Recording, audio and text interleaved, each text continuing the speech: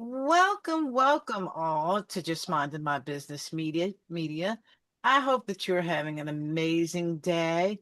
And I am so excited to bring to you today Carson Wagner, who is a visionary entrepreneur and an award-winning leader in the care industry.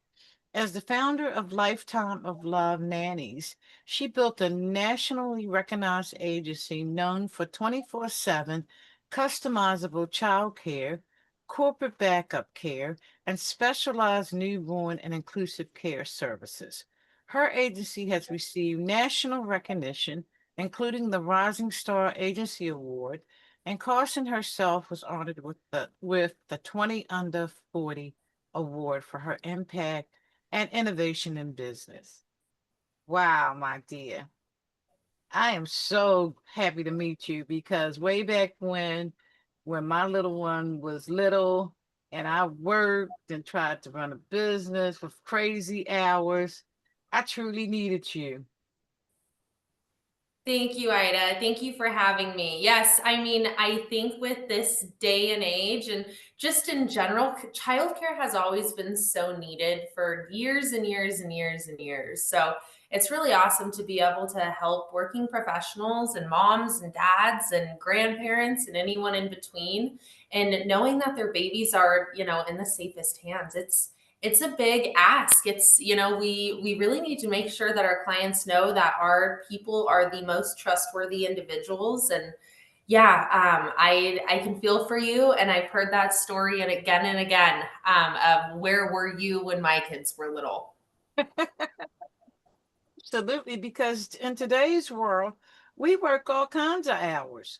I worked in the IT, so sometimes, I could be ready to walk out the door and something happens and I'm there for another couple of hours.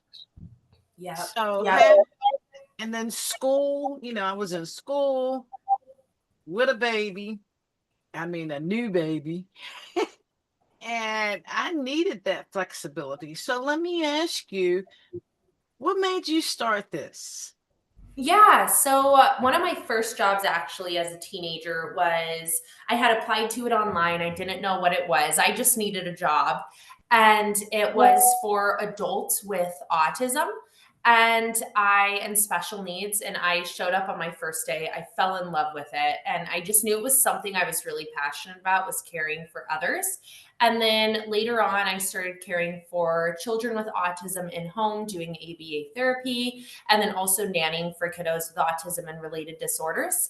And I just loved it. But I realized there were so many families that had such a huge need in my community here in Nevada that there just was not enough resources for the need that there was. And there was state funding and different options for businesses, but it didn't seem like businesses either knew about it or were going in that route. And so during college, I just dropped out and I wanted to be one a 24/7 agency, because it blew my mind that here in Reno we're like a little mini Vegas, as we were talking about. And we should have 24/7 childcare options, and there was nothing, which just was crazy to me. And then in addition to that, I wanted to be accepting to all children of all capabilities. So yeah, I left college. I started my business. I did not know anything about anything business, but I just knew that I was super passionate about it, and I was really optimistic from the start. I just knew that it was a good thing and that people needed it and it was going to work out. And thankfully, it was a good thing. People needed it and it worked out.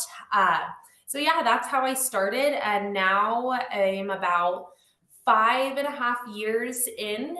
We have three different locations, and we are franchising actually our first location here in North Carolina. So, yeah, things are moving and grooving, and I couldn't be happier.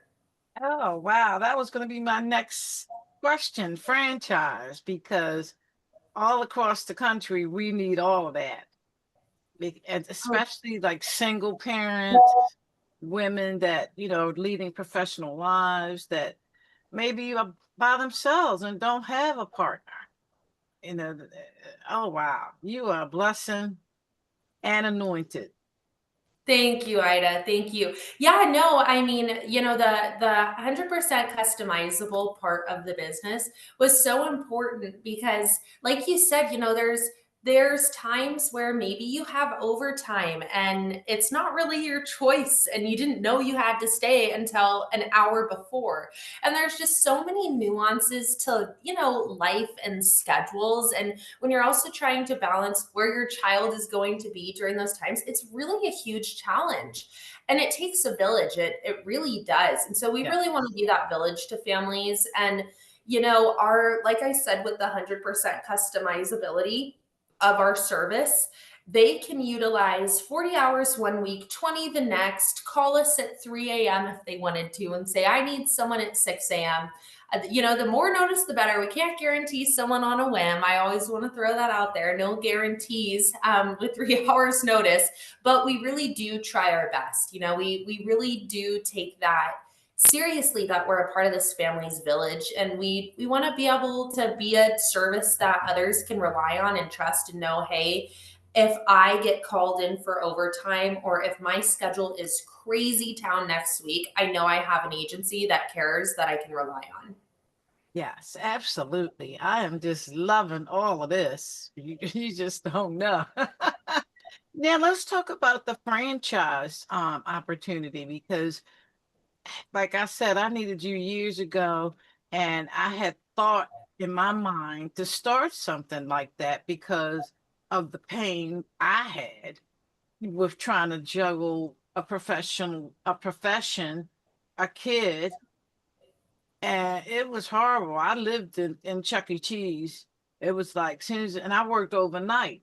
And as soon as I got home, it was like Chuck E. Cheese till the baby tired out, and then I could go home and go to sleep. So it was crazy. So let's talk about the franchising opportunity. Yeah, definitely. So my vision has always been for my business for us to expand because I just know we have a really special model and we employ, one of the big things about us is we employ all of our nannies and caregivers, and that in nanny and childcare industry world for in-home care, sometimes nannies aren't treated fairly and families will unknowingly not know that it's illegal, but pay their nannies under the table. And their nanny may be working full time and getting paid under the table or a 1099 when they should have be a W 2 compensated as such and have the benefits of a W 2. So we ended up just saying, you know what, we're going to employ every single one of our team members. We're going to offer full health care. We are going to be a career. We really want our team to view this as a career and reliable and good job. um, Mhm. and so that's one of the big things about our agency and how it stands out. And so I just knew there are so many other cities, like you were saying, Ida, that need this care, that need this support for all children of all capabilities, that need 24/7, that need 100% customizable options, the modernized childcare in this modern world we're living in. And I had expanded we have Reno, Las Vegas, and Sacramento. And I went, holy cow, how am I going to do more by myself? And so that's when I came to the moment of, oh, this is a good idea with the franchising, because the model is just so special and it works so well truly in any community that has kids and has a need. And I decided that franchising was going to be the best opportunity for us to grow and for other families to utilize this resource. And then also to find other, powerful entrepreneurs that see this vision and mission and want to be a part of it. So, yeah, seriously just started the franchising. We just partnered with our first duo who I think are phenomenal and are going to go great places. And it's just finding people that I know have the drive and the passion for this the way that I do. And just giving them all the tools that I've learned over the years so they don't have to trial and error just as much as I did. And so, yeah, we're franchising in the US and Canada, and we are hoping to find more phenomenal people that want a phenomenal business with a great purpose to join us on this, because it really is phenomenal. I am totally biased because it's my business, but I think it's the best thing. Um, and I love it. And I just love that we're able to help so many people. You know, we employ over 75 amazing, amazing women, which is just so empowering and phenomenal to have just such an awesome women-led team. And I just know we're going to do great things. You already are, my dear. You already are. So, how do people connect with you for your services and to learn more about your franchising Yeah, opportunity? Yeah, absolutely. So they can connect with us on lifetimeoflovenannies.com. That's our website. And there is a contact us form that you can mention that you're interested in the franchising opportunities.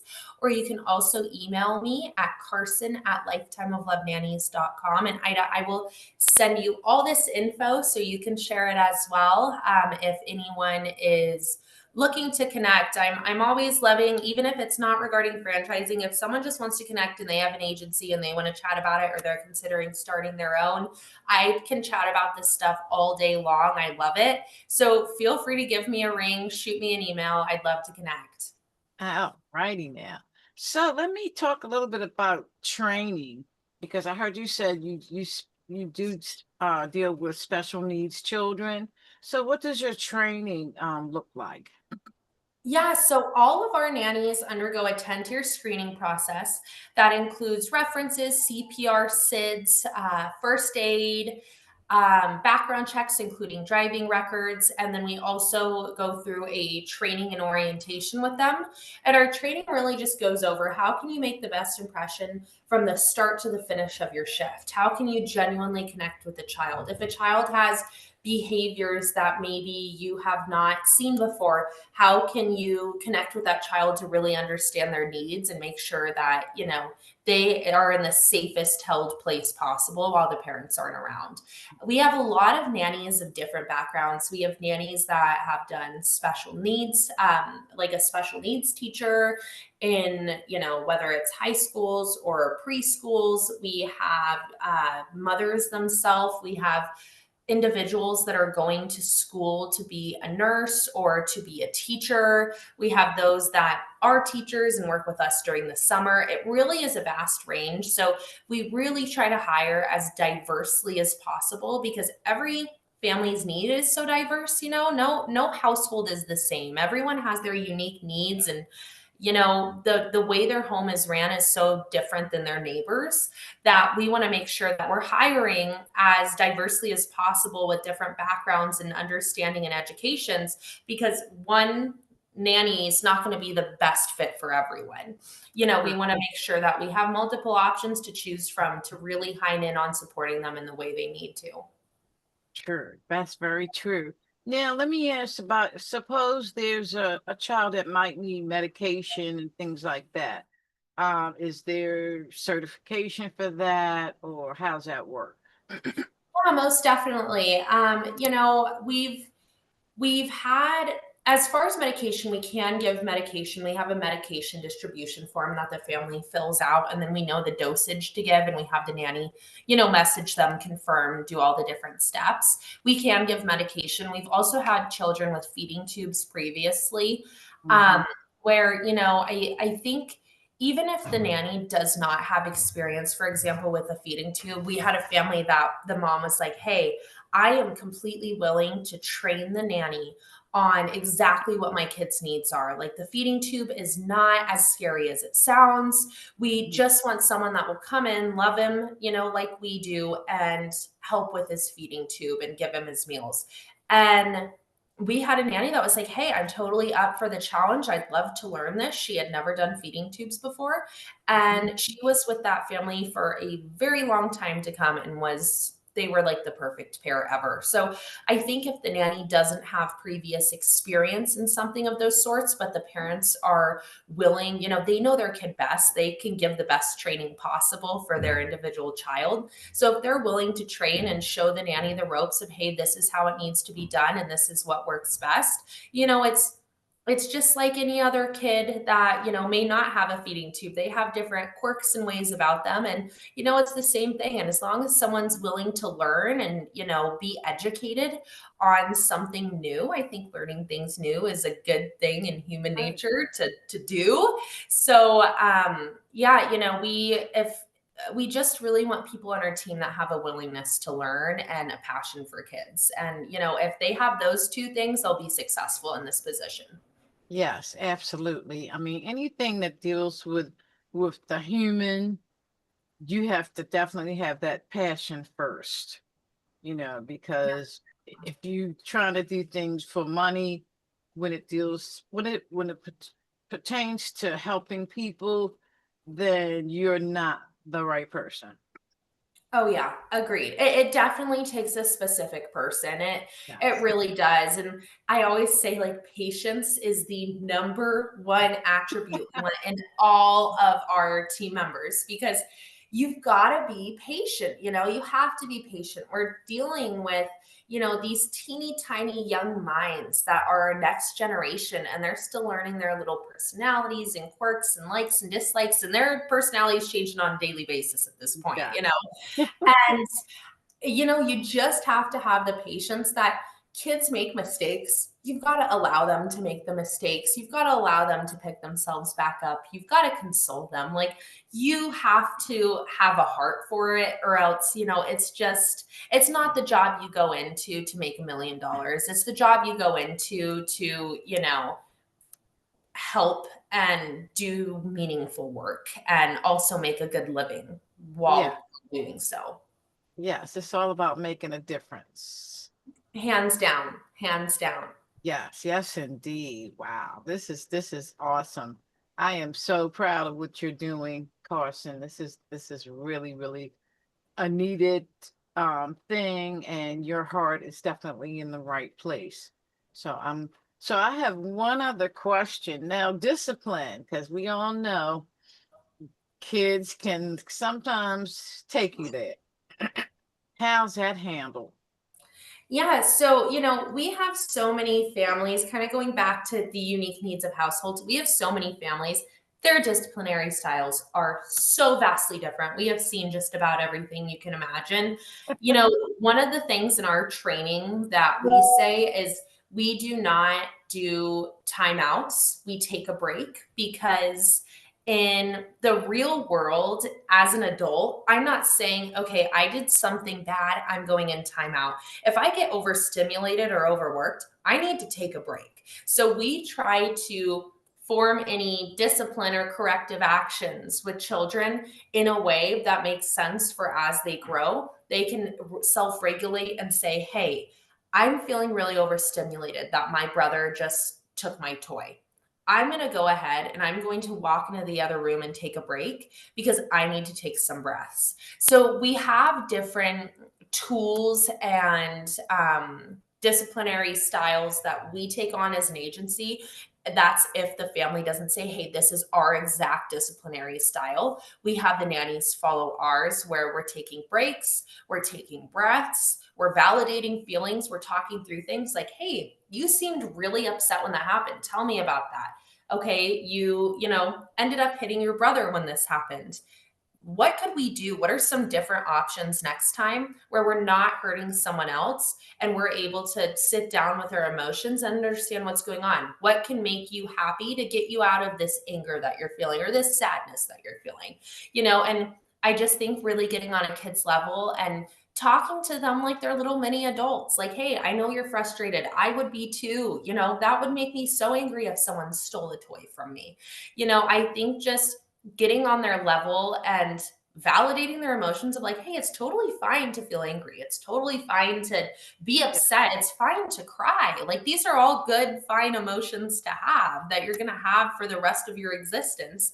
But how can we better handle these emotions when they come up versus throwing everything and screaming and it's the end of the world? Because trust me, as an adult, I sometimes want to throw everything and scream and feel like it's the end of the world. But thankfully, I've been taught previously that that is not the way to handle things. And so I think it's just really important at such a young age to instill, different tools for the kids to put in their, emotional toolbox of, I need to learn how to self-regulate. I need to learn when I'm starting to feel in my stomach that I'm getting a little bit angry. What can I do when this happens so it doesn't get to the boiling point? I just think too, sometimes with toddlers, especially, redirection, not even really talking about the emotion. Sometimes they're just mad to be mad. And Yes. I think just redirecting them to something that is completely different than what they were doing, that is like, oh my gosh, look over here. Look how cool this thing is. And then they're just, yep, everything's good now. So, I think it just depends on the situation. But I mean, in a general sense, we really just try to follow the family's disciplinary style. And if we don't have a specific one, that's what I just described to you. But it's basically written down and explained out and in much better terms, Yes. is what we have the nannies follow. Yes, because like you said, every personality is different and it changes a lot. Oh yeah. Oh yeah.